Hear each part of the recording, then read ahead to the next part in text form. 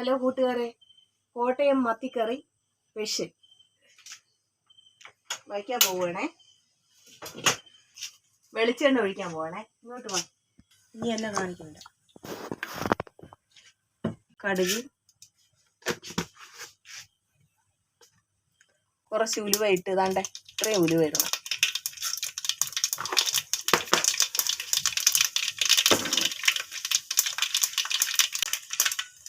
കുറച്ച് കരിവേപ്പില കണ്ടല്ലോ, കരിവേപ്പില ഇടുവാണേ.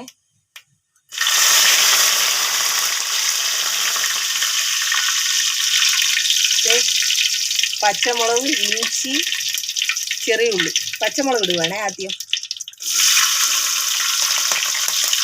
പച്ചമുളക് പച്ചച്ചവ മാറിയതിന് ശേഷം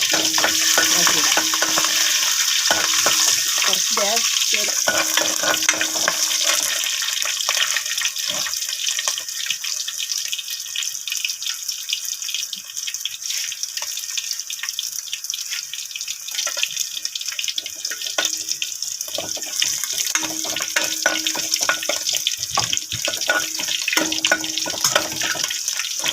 ഇങ്ങനെ ഒന്ന് ആവണം. അപ്പോഴത്തേക്ക് പച്ച ചെവ ടേസ്റ്റ് വരുന്നു.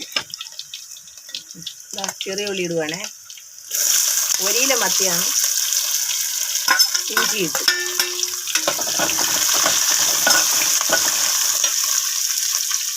ഇനി വെളുത്തുള്ളി, ഇത്രയും വെളുത്തുള്ളി ഉണ്ടോ.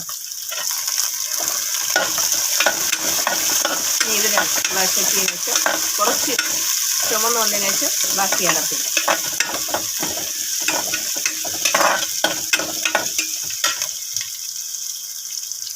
ഒന്നര സ്പൂൺ ഉപ്പിടണേ. എന്നാന്നറിയാമോ, പെട്ടെന്ന് വാടി വരും.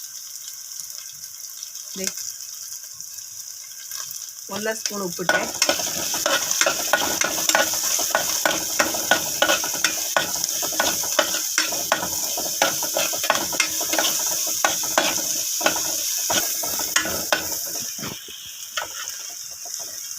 ചെറിയ ഉള്ളി മുളകെല്ലാം വാടിയിട്ടുണ്ട്.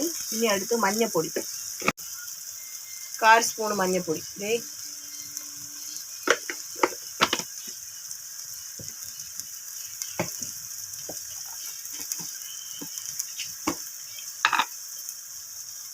ഒരു 4 സ്പൂണ് മുളക് പൊടിയേ. 1 2 3 4.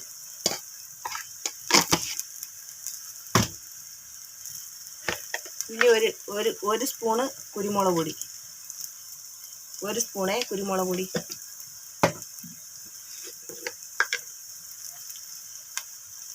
ഒരു 1/4 സ്പൂണ് ഉലുവാപ്പൊടി.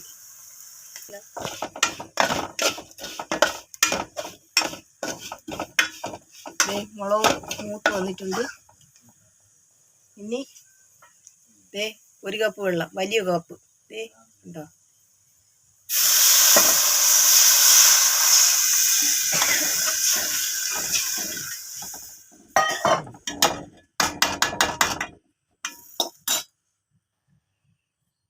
ഇനി കുടംപുളി ഇട്ട് കൊടുക്കാവേ.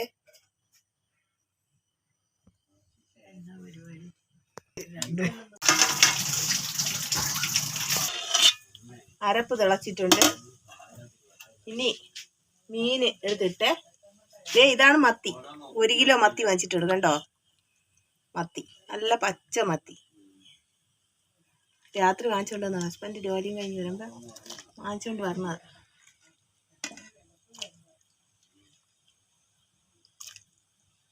മോളാണ് വീഡിയോ എടുക്കുന്നത്.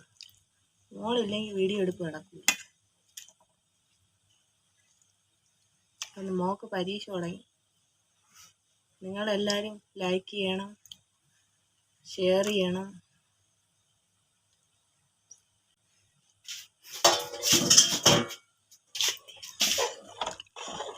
മീനിട്ട് ഇനി നമ്മുടെ കോട്ടയം സ്പെഷ്യൽ മത്തിക്കറി അടച്ചു വയ്ക്കാം.